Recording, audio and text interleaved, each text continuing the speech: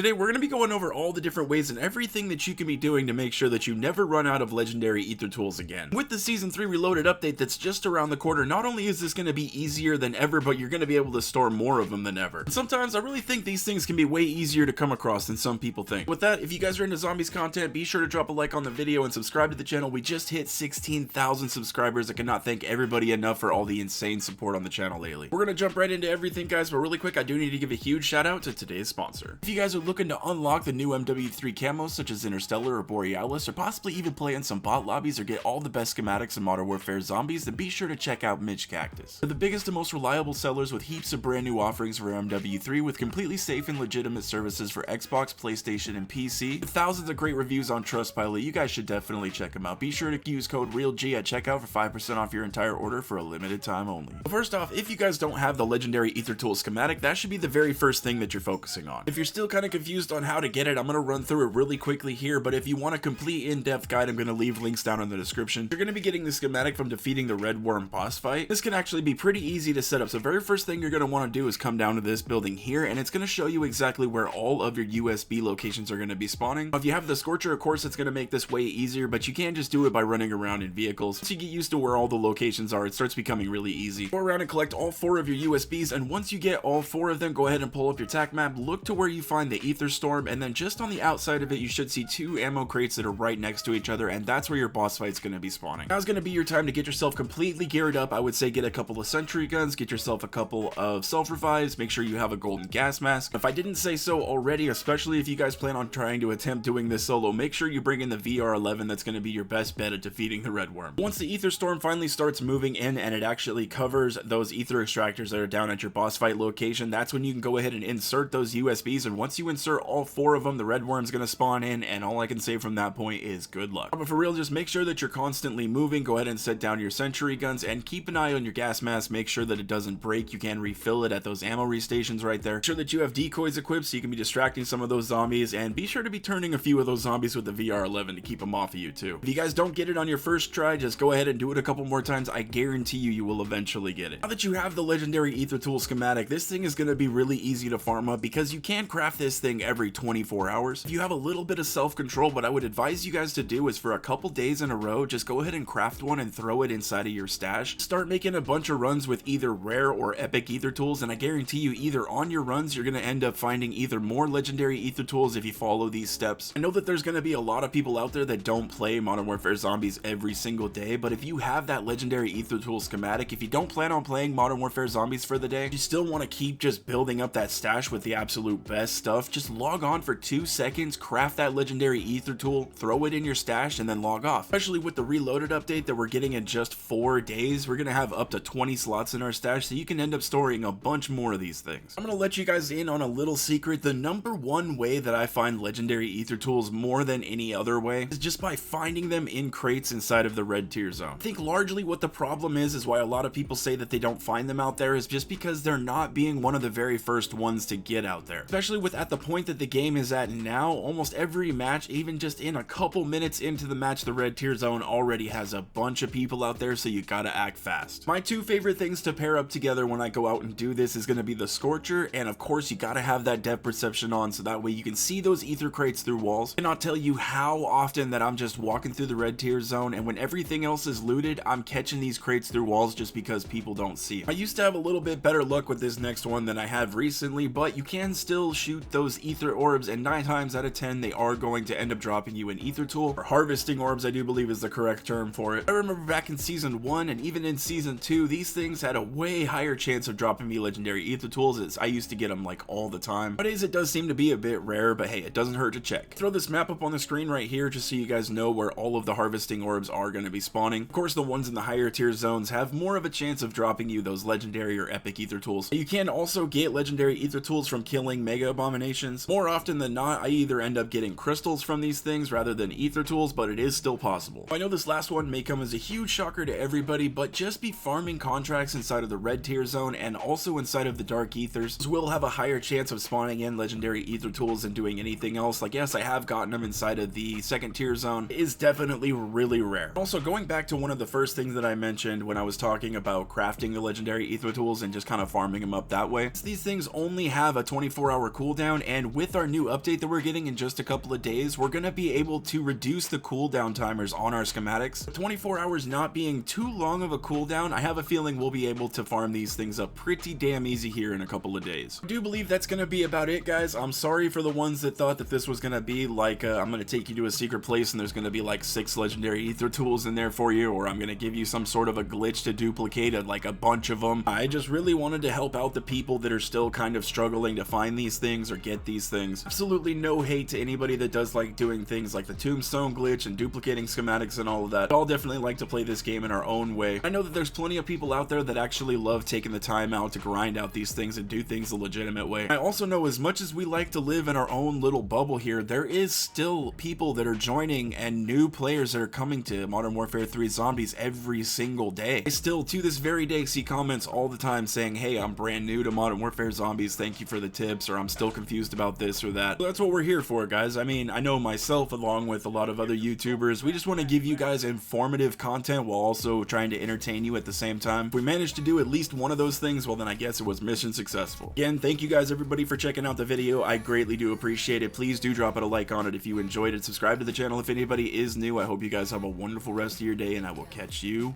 in the next one.